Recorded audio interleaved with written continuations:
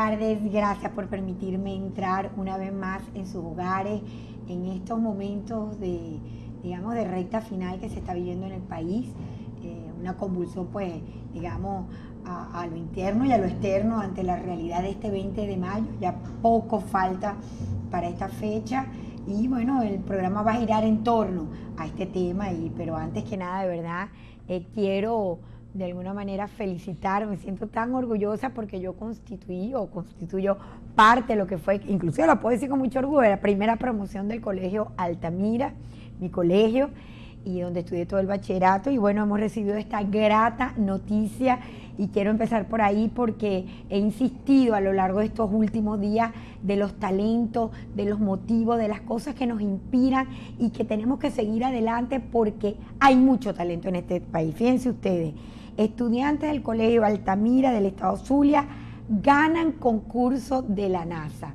Este es un convenio que tiene el Colegio Altamira con un convenio interno, con ciertas exposiciones y con ciertas investigaciones que se hacen en línea. Además, por lo que me estaba explicando la directora, tutoriales y miradas desde la perspectiva de lo que la NASA aspira ya, ir sembrando en la inquietud de los jóvenes ese sentido científico, investigativo, sobre todo por lo que pueden ser los adelantos del mundo moderno. Ustedes saben que el tema tecnológico, para que haya un verdadero desarrollo tecnológico, pues se está dando todo en el espacio. La vida satelital, el tema del espacio constituye el gran reto de la modernidad ante la realidad de la alta tecnología que cada día más pues descubre el hombre. Y lo cierto es que el internet se ha vuelto algo fundamental en la vida de los seres humanos. Acaba de ser un upgrade con el blockchain que ha permitido además toda la creación de las criptos y todos estos documentos encriptados, y bueno, viene una nueva realidad en donde indudablemente todo el espacio constituye, como dice uno, el terreno de la fuente investigativa. Pues bien, desde los bachilleratos del mundo, la NASA hace convenios con muchísimos colegios para inspirar a jóvenes estudiantes a tener esa inquietud investigativa y científica, sobre todo por el tema de la modernidad y los retos que hay en el espacio. Así que tendremos a estas chicas próximamente aquí, me comprometo a ello, porque como les he venido diciendo, estas son las cosas que están pasando, cómo están pasando y que vale la pena pues resaltar. A mi colegio Altamira, pues toda mi orgullo, mi satisfacción. Ayer me llamaban mis hijas que también se graduaron, todo el mundo está muy contento y regocijado pues con este premio de estas jóvenes que muestran una realidad de talentos que hay en el país que hay que seguir. Bueno, tenemos los temas sobre el tapete. Transparencia Internacional vuelve a ratificar que Odebrecht completó en Venezuela apenas 9 obras de las 33 obras contratadas y a quien se le pagó más de 29.000 millones de dólares.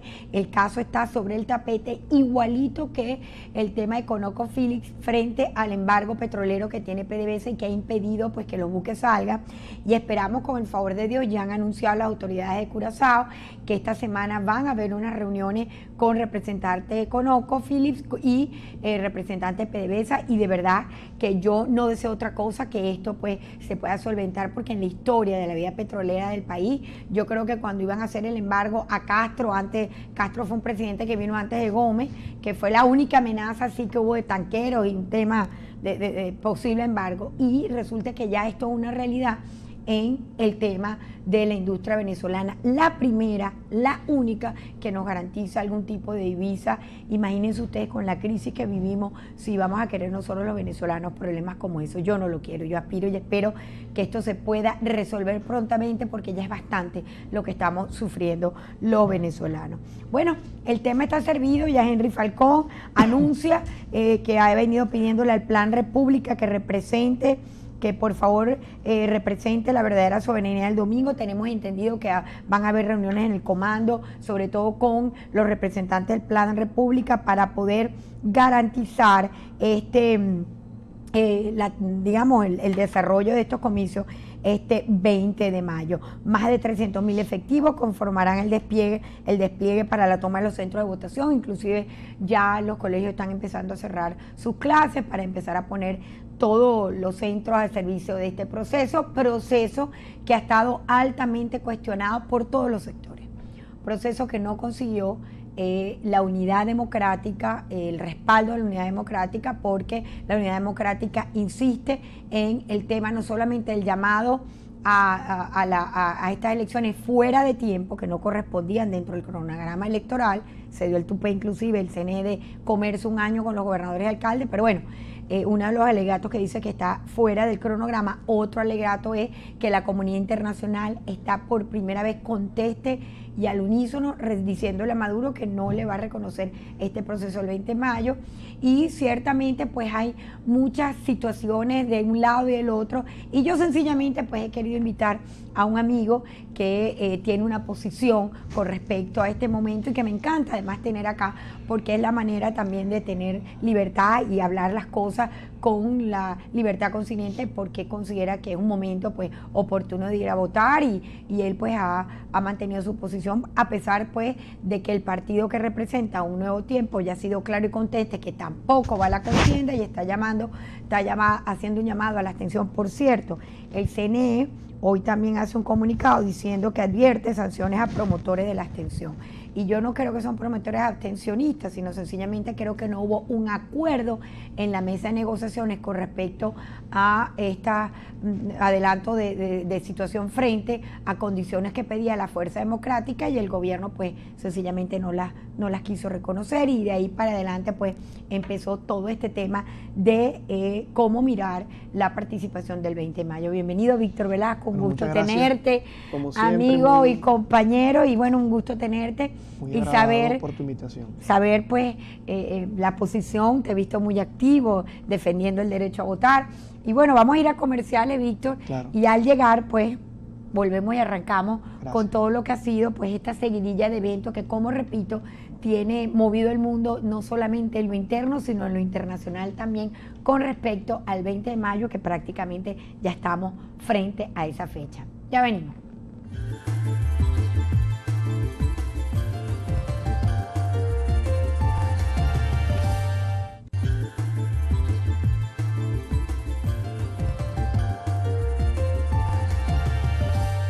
Bueno, de verdad que para mí es un gusto tenerte, Víctor. Te Gracias. Quiero, sabes, hemos sido compañeros de tantas luchas y de tantos sueños y de tantas realidades que cómo no permitir el tema que está servido sobre la mesa ante esta realidad de un país que se niega a ir a un proceso electoral una vez más, con este CNE que definitivamente se ganó la desconfianza, la poca credibilidad.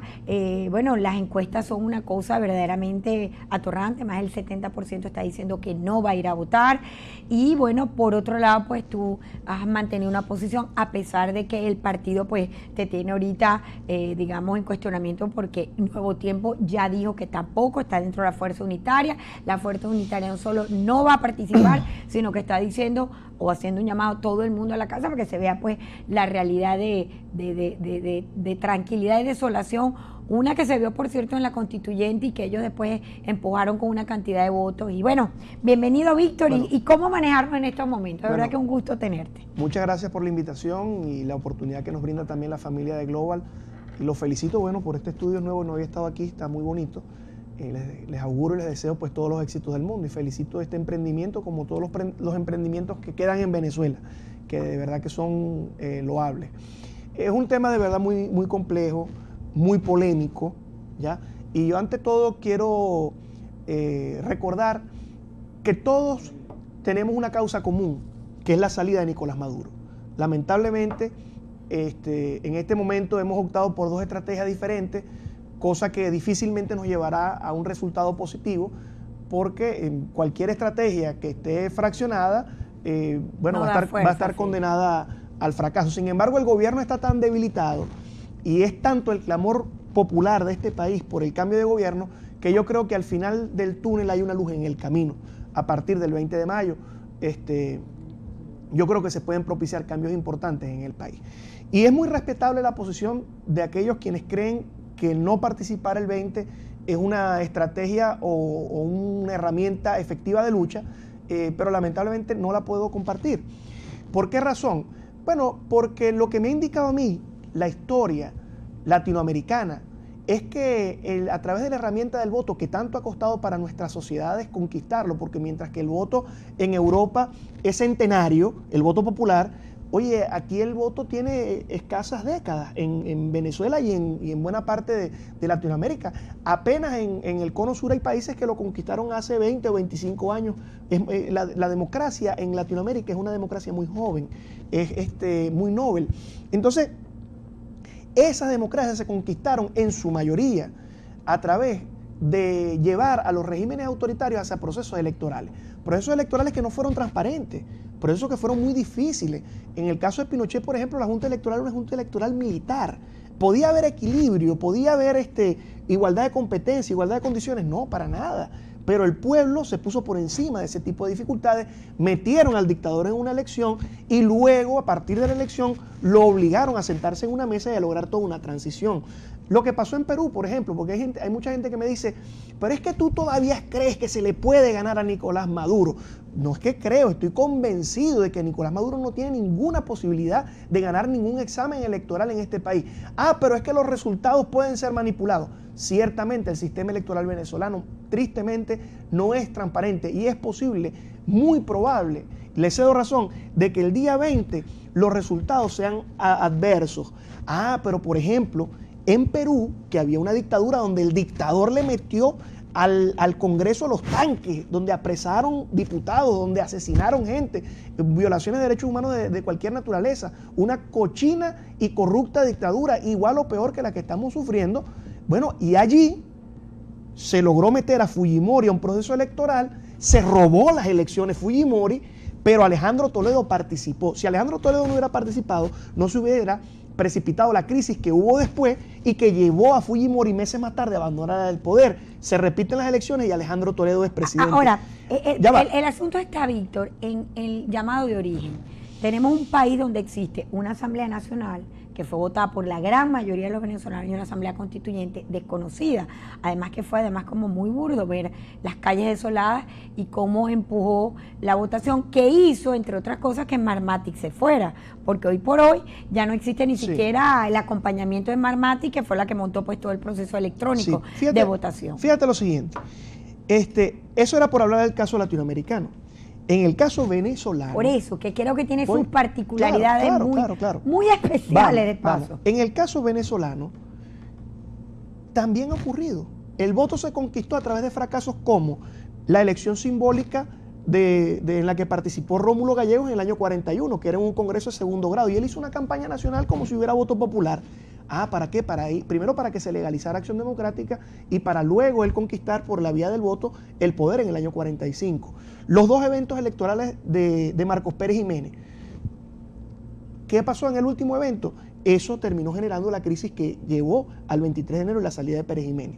Pero vamos a la historia más reciente en Venezuela.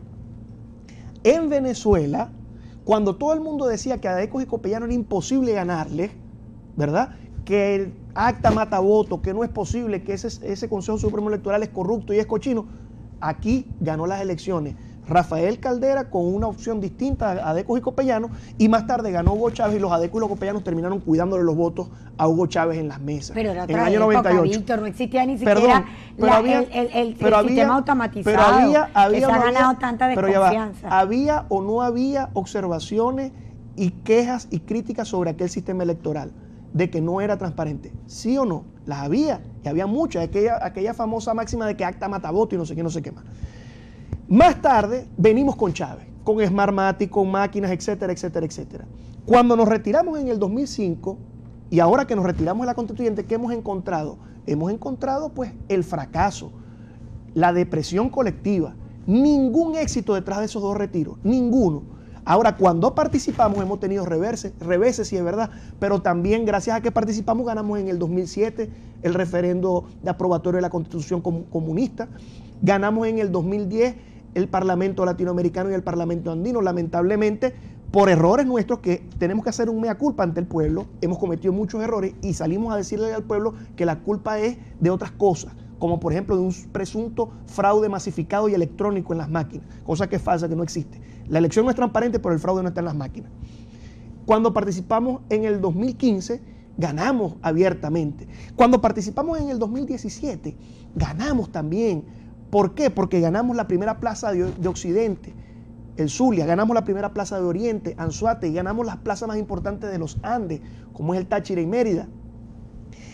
Y donde perdimos, el asiago 15 de octubre, salimos a mentirle al pueblo, a decirle que había habido un mega fraude masivo, cuando es mentira. Aquí se robaron 2 gobernaciones, hay que reconocerlo, la de Bolívar y la de Miranda, y está comprobado cómo se las robaron. Pero el resto de las gobernaciones las perdimos, unas con votos porque ellos tenían votos con nosotros, otras porque no nos pusimos de acuerdo y la división permitió en 7 gobernaciones que se colara el chavismo y había que decírselo a la gente, cometimos este error, y en otras una extensión tan grande, rondando el 50%, hizo que hubieran gobernadores chavistas o maduristas que ganaron por 2 y 3 puntos en el resultado electoral. De tal suerte que cuando hemos participado masivamente, cuando nos organizamos y cuidamos los votos, nosotros les conquistamos. No que te regalaron una alcaldía, que te regalaron una gobernación, no. Le hemos conquistado triunfos nacionales, le quitamos la Asamblea Nacional, les quitamos el proyecto comunista de la constituyente, de la reforma constitucional comunista, a través del voto y de la participación. Voy a ir a comerciales, ya al volver, entonces vamos a retomarlo desde ahí. Seguro. Para estar claro con esta realidad de lo que es a partir de qué, porque acompaño lo que tú dices, pero vuelvo y te insisto, el caso de Venezuela, lo está diciendo toda la comunidad y todo el mundo que ha estado estudiando, es atípico. Cada día es un tema de que se ha ido el gobierno poniendo en contra de unas realidades que se han solicitado. Se ha radicalizado. Y no le ha dado espacio, pero bueno, ya venimos con más en la tarde de hoy y ustedes no se retiren a propósito de este interesante debate frente a votar o no votar ante el 20 de mayo. Ya venimos.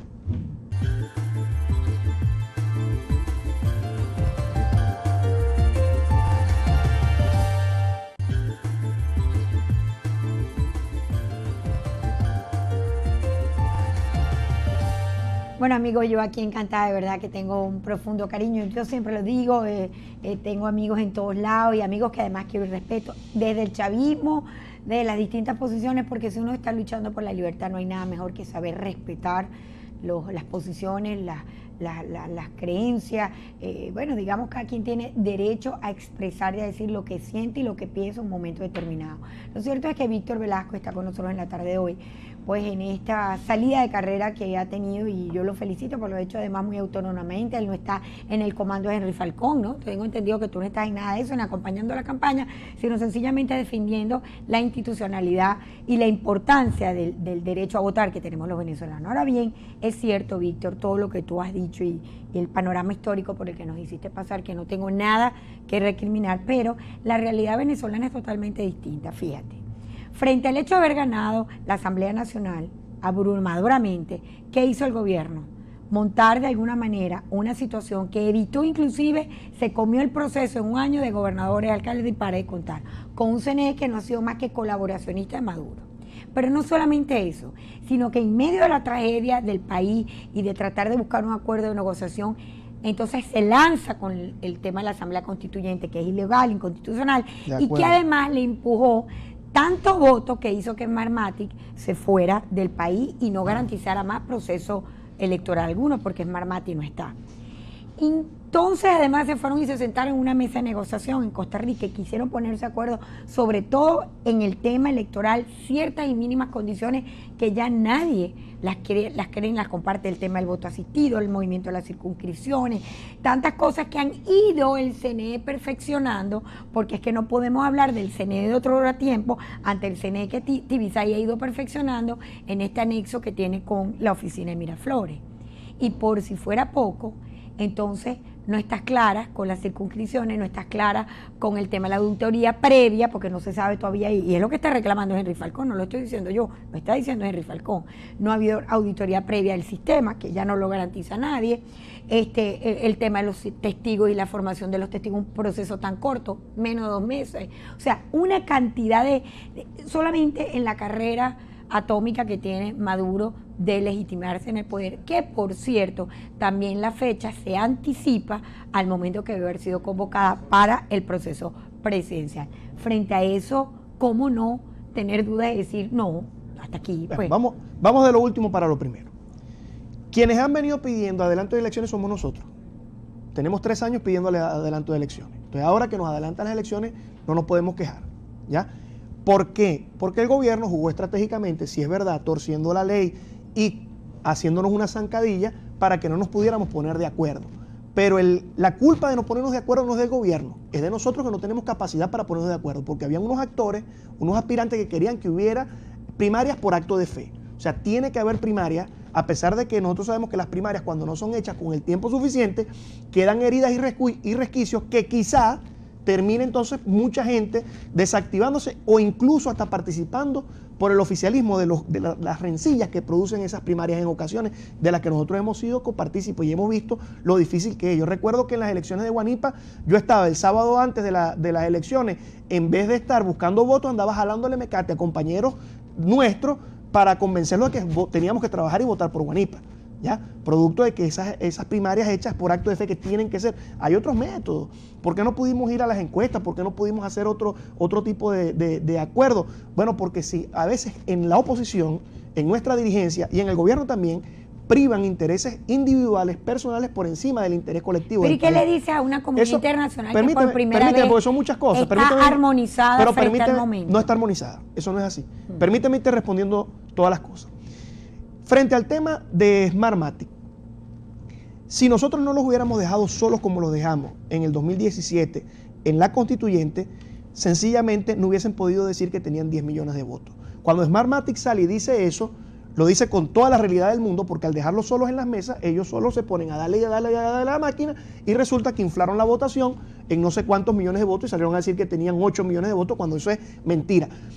Smartmatic lo que hizo fue reconocer lo que tenía que reconocer, ¿ya? Pero eso es responsabilidad en parte de nosotros también, porque si nosotros estamos allí y cuidamos los votos, eso no ocurre. Y fíjate tú cómo mermó la votación, la realidad de la votación para octubre, y no hubo datos inflados. Hubo 2 gobernaciones que se robaron y lo tenemos documentado, pero no se robaron 18 como salimos a decirle al país responsablemente. Hoy tuviéramos otra realidad de un país creyendo en una alternativa y en una posibilidad a través de la herramienta del voto. Pero ¿cómo? Y es lo que tenemos que decirle. En Dominicana, lo que no hubo no fue acuerdo entre la oposición y el gobierno. Lo que no hubo fue acuerdo entre la oposición, porque no podían aceptar los compañeros nuestros que habían unos inhabilitados y que no daba tiempo a hacer primaria. Entonces no había fórmula de ir si no era a través de una primaria. Oye, eso no puede ser. Pero de ahí salió el gobierno a delegitimar a PJ y a Voluntad Popular, 2 partidos importantes para la unidad. Mira, que eso es otra cosa interesantísima, que te lo quiero decir. Desconocemos la constituyente por una cosa, pero la reconocemos para otra. Ahí están los gobernadores de Acción Democrática que se fueron a juramentar, siguen siendo adecos y siguen siendo jefes de su partido. Y ahí está Primero Justicia, Voluntad Popular y Un Nuevo Tiempo acudieron a validarse en el llamado de la constituyente. Entonces no digamos que la constituyente es uno y lo otro. Yo voy a la elección no porque la constituyente, es porque se acabó el periodo, chicos. Toca hacer la elección presidencial y yo voy a votar por eso. Ahora bien, el tema internacional es muy importante porque se han logrado avances, pero es mentira que hay unanimidad o que el gobierno venezolano va a ser aislado. ¿Quién le impone a los indios que no hagan negocio con Venezuela? ¿Quién le impone a los rusos que no hagan negocio con Venezuela? ¿Quién le impone a los chinos que no hagan negocio con Venezuela? Ese aislamiento, es más, no hablemos de los que no están alineados, hablemos de nuestros aliados, España y Panamá, que han sido radicalmente aliados de nuestra oposición, acaban de nombrar embajadores. Entonces, ¿cómo es eso? ¿Están nombrando los embajadores para retirarnos el 20? Pregunto yo. Mire, todo ese movimiento internacional que es importantísimo, no tendrá contenido si en Venezuela no pasa algo. Y yo soy de los que creo y voy a votar por eso. Porque creo que si vamos a votar, que si participamos a través de unos resultados, cualesquiera que fueran, ventajosos o desventajosos, adversos o favorables a nosotros, podemos proponer una ruptura y un cambio en el país. Y esa comunidad internacional tendrá soporte, sentido y contexto y contenido para actuar en Venezuela. De lo contrario, no. Aquí las soluciones no van a venir de afuera para adentro. Aquí nosotros tenemos que provocar la solución adentro para que lo de afuera pueda tener realmente contexto y pueda tener contenido. De verdad, Víctor, ha sido un gusto tenerte. Para mí, muchas gracias por esta oportunidad. No comparto tu posición, la respeto enormemente. Y yo la tuya. Como respetamos aquí a todo el mundo que quiere venir a fijar una posición. Te admiro porque es que así que se hacen las luchas y comparto el sentido de estas luchas. Y sencillamente, Víctor, pues te dejo en el sentido de que es un momento muy difícil y que decirle, aquí han llegado muchísimos mensajes, la angustia que tenemos que si vamos a votar legitimamos a la constituyente, legitimamos la trampa que hay en el CNE, muchísimas preguntas que de las redes ya han venido y que lamentablemente pues el tiempo se nos hace corto. Pero no podemos... El domingo cada quien con su conciencia, que tome la decisión que tenga que tomar. Yo creo que este país no está para callar, no está para hacer silencio. Yo creo que el domingo debemos participar. Ahora, quienes no lo hagan, el lunes estaremos todos juntos. El lunes estaremos todos unidos. El lunes estaremos todos participando para seguir en esta lucha por el cambio de gobierno. Bueno, yo sencillamente le digo, como digo todas las tardes, esta es un auditorio de libertades, de respeto, yo lo respeto, no lo comparto, me encanta haberte tenido, Víctor, que te quiero tanto y te admiro, y como les digo, fe, esperanza y ánimo de lucha, porque tengo la seguridad y la convicción cada día más de que Venezuela se va amalgamando a la salida y a los encuentros de esa realidad que nos merecemos todos los venezolanos, con esperanza, con la alegría que siempre nos caracterizó y con el bienestar que de alguna manera tenemos que volver a rescatar. Los espero un próximo ¿Por qué pasa lo que pasa? Chao, chao, chao. Gracias, Víctor.